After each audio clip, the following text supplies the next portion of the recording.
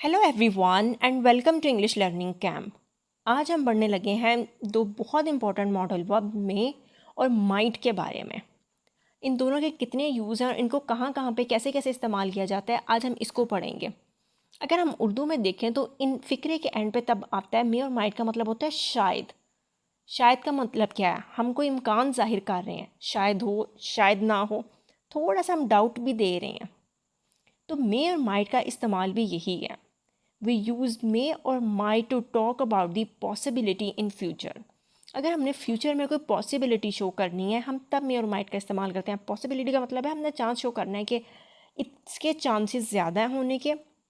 अगर हमने ज़्यादा चांसेस, ज़्यादा पॉसिबिलिटी शो करनी है, ज़्यादा इम्कान शो करना है, तब हम may का इस्तेमाल करते हैं। अगर हमने कम पॉसिबिलिटी, कम इम्कान या कम चांसेस जाहिर करने हैं तो हम माइट का इस्तेमाल करते हैं। ज़्यादा पॉसिबिलिटी शो करने के लिए मे का इस्तेमाल, कम शो करने के लिए माइट का इस्तेमाल। अगर हम उर्दू में देखें तो दोनों का मतलब शायद ही होता है। अब इस बात को हम कुछ एग्जाम्पल से समझ लेते हैं। ही मे क्लाइंब दिस ट्री। अब ये क्लाइंब नहीं है वर्ड, एंड वाला बी साइलेंट होता है। ही मे क्लाइंब दिस ट्री, वो शायद इस दरख्त पर चढ़ जाए।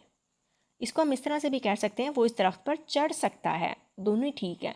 लेकिन मे का वर्ड बता रहा है कि चांसेस ज़्यादा हैं, पॉसिबिलिटी जो है वो ज़्यादा है। He might climb this tree, वो शायद इस दरख्त पर चढ़ जाए, या फिर वो इस दरख्त पर चढ़ सकता है। लेकिन यहाँ पे माइट का वर्ड बता रहा है कि इसके चांसेस या पॉसिबिलिटी कम है। मे का वर्ड ऊपर बता रहा था कि चांसेस या पॉसिबिलिटी ज़्यादा है, माइट का वर्ड बता रहा है कि इसके चांसेस या पॉसिबिलिटी कम है। जमीला मे कम टुमारो, शायद कल जमीला आए, या फिर कल जमीला आ सकती है। अब मे का वर्ड आ रहा है तो इसका मतलब है उसके आने की पॉसिबिलिटी ज़्यादा है, चांसेस ज़्यादा हैं। सहर माइट गेट फर्स्ट पोजीशन, शायद सहर फर्स्ट पोजीशन हासिल कर ले। लेकिन यहाँ पे माइट शो कर रहा है कि चांसेस पॉसिबिलिटी कम है। तो मे का फर्स्ट यूज़ ये है पॉसिबिलिटी शो करने के लिए। अगर ज़्यादा चांसेस या पॉसिबिलिटी दिखाने हैं तो मे इस्तेमाल किया जाता है। अगर कम चांसेस या कम पॉसिबिलिटी दिखानी है तो माइट इस्तेमाल किया जाता है। एक इनका यूज़ ये हो गया। नेक्स्ट है परमिशन के लिए। जब भी हमने परमिशन लेनी है तो हम मे का इस्तेमाल करते हैं। और परमिशन मांगने के लिए, इजाज़त मांगने के लिए हम मे का इस्तेमाल बिल्कुल स्टार्ट में करते हैं सेंटेंस के। मे आई यूज़ योर मोबाइल फ़ोन, क्या मैं आपका मोबाइल फ़ोन इस्तेमाल कर सकता हूँ या कर सकती हूँ। मे आई हेल्प यू, क्या मैं आपकी मदद कर सकती हूँ। अब मे बिल्कुल स्टार्ट में आया हुआ है, इसके एंड पे क्वेश्चन मार्क आया हुआ है, तो इसका मतलब यह है इजाज़त मांगी जा रही है। मे आई यूज़ योर पेन, क्या मैं आपका पेन इस्तेमाल कर सकती हूँ। इन पे क्वेश्चन मार्क है। अब फ़र्ज़ कर लें आपसे किसी ने क्वेश्चन पूछा है मे आई यूज़ योर पेन, क्या मैं आपका पेन इस्तेमाल कर सकती हूँ। तो अब आप उसे इजाज़त दे रहे हैं कि आप इस्तेमाल कर सकती हैं, तब आप मे का यूज़ कर सकते हैं। Yes of course you may, जी हाँ बिल्कुल आप इस्तेमाल कर सकती हैं। तो यहाँ पे मे स्टार्ट में नहीं आया हुआ, ना इन पर क्वेश्चन मार्क है, तो ये मे आई यूज़ योर पेन का जवाब दिया जा रहा है। ऊपर इजाज़त मांगी जा रही थी तब मे का इस्तेमाल था, नीचे इजाज़त दी जा रही है तब मे का इस्तेमाल है। इसके बाद है विशेज़ और प्रेयर। अगर ख्वाहिश का इजहार करना है या किसी को अपने दुआ देनी है, अब तब मे का इस्तेमाल करते हैं। दूसरी बात, जब भी हम विशेज़ और प्रेयर की बात करते हैं तब यहाँ पे हम माइट नहीं इस्तेमाल कर सकते, वो गलत होता है। अब देखें यहाँ दिया हुआ एक sentence, may you live long, खुदा आपकी उम्र दराज करे या आपको लंबी ज़िंदगी दे। अब यहाँ हम किसी को दुआ दे रहे हैं और इसके स्टार्ट में बिल्कुल मे लगाया हुआ है, एंड पे हम हमेशा जब भी किसी को दुआ देते हैं या ख्वाहिश का इज़हार करते हैं तो एंड पे फुल स्टॉप लगाते हैं। ये नोट करने वाली बात है। May you win the match, खुदा करे आप मैच जीत जाएं। मे अल्लाह ब्लेस यू विद अ सन, खुदा आपको एक बेटा अता करें।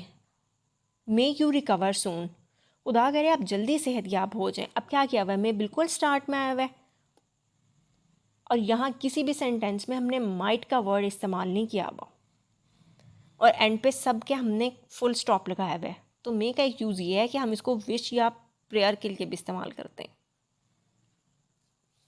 अब यहाँ एक सेंटेंस दिया हुआ है, बल्कि 2 सेंटेंसेस दिए हुए हैं। He works hard so that he may pass. और अब इसका मतलब क्या है कि अगर हम कोई काम की रीज़न या वजह बता रहे हैं, अब वो ही वर्क्स हार्ड, वो सख्त मेहनत करता है, रीज़न इसकी क्या है, ताकि वो पास हो जाए। ठीक है, अब यहाँ पे जब हमने रीज़न बताई है तो हमने सो डैट का लफ्ज़ लगा दिया। सेंटेंस का फर्स्ट पार्ट जो है वो प्रेजेंट टेंस में था, तो हमने मे का इस्तेमाल कर लिया। अब नीचे वाला सेंटेंस है ही वर्कड हार्ड, उसे सख्त मेहनत की ताकि वो पास हो जाए।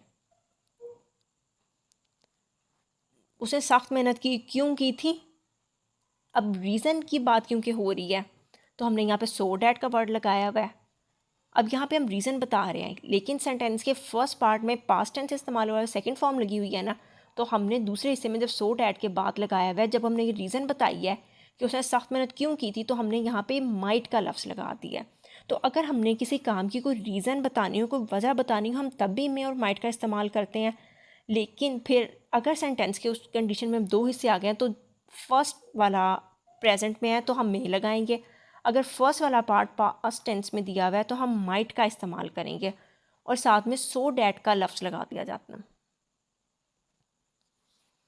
इसके बाद है शी मे कम टुमारो। अब देखें ये चांसेस शो कर रहा है, अगर हम कह रहे हैं ना शी मे कम टुमारो, तो इसका मतलब है 70% तक चांसेस हैं उसके कल आने की।